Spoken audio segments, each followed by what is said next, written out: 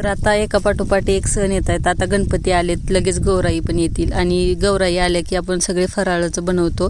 जसं की दिवाळीमध्ये सगळे फराळ करतो तसंच. तर आता उकडीचे मोदक बनवते आणि खरं सांगायचं तर गावाकडे असल्यावर सण असल्यासारखं वाटतंय. तर सगळे सण छान साजरे होतात आणि आनंदी वातावरण असतं.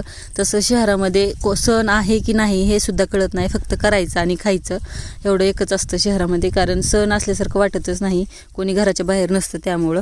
तर इकडे गावाकडे तसं नसतं, सगळे सण एकदम छान उत्साहाने आनंदाने साजरे होतात. तर आत्ता मी उकडीचे मोदक बनवते आणि आत्ता संध्याकाळी आम्हाला बाकीचं फराळाचं सुद्धा बनवून घ्यायचं आहे. तो सुद्धा ब्लॉग लवकरच येईल. तुमची तयारी कुठपर्यंत आली, फराळाचं वगैरे झालं की नाही आणि गौराई असतात की नाही ते मला कमेंट करून नक्की कळवा. आईच्या इथे गौराई आहेत त्यामुळे सगळं फराळाचं आम्ही दोघी मिळून बनवतोय. माझ्याकडून जेवढी होती तेवढी मदत मी आईला करते. तर हा बनवून झाला माझा छान असा उकडीचा मोदक.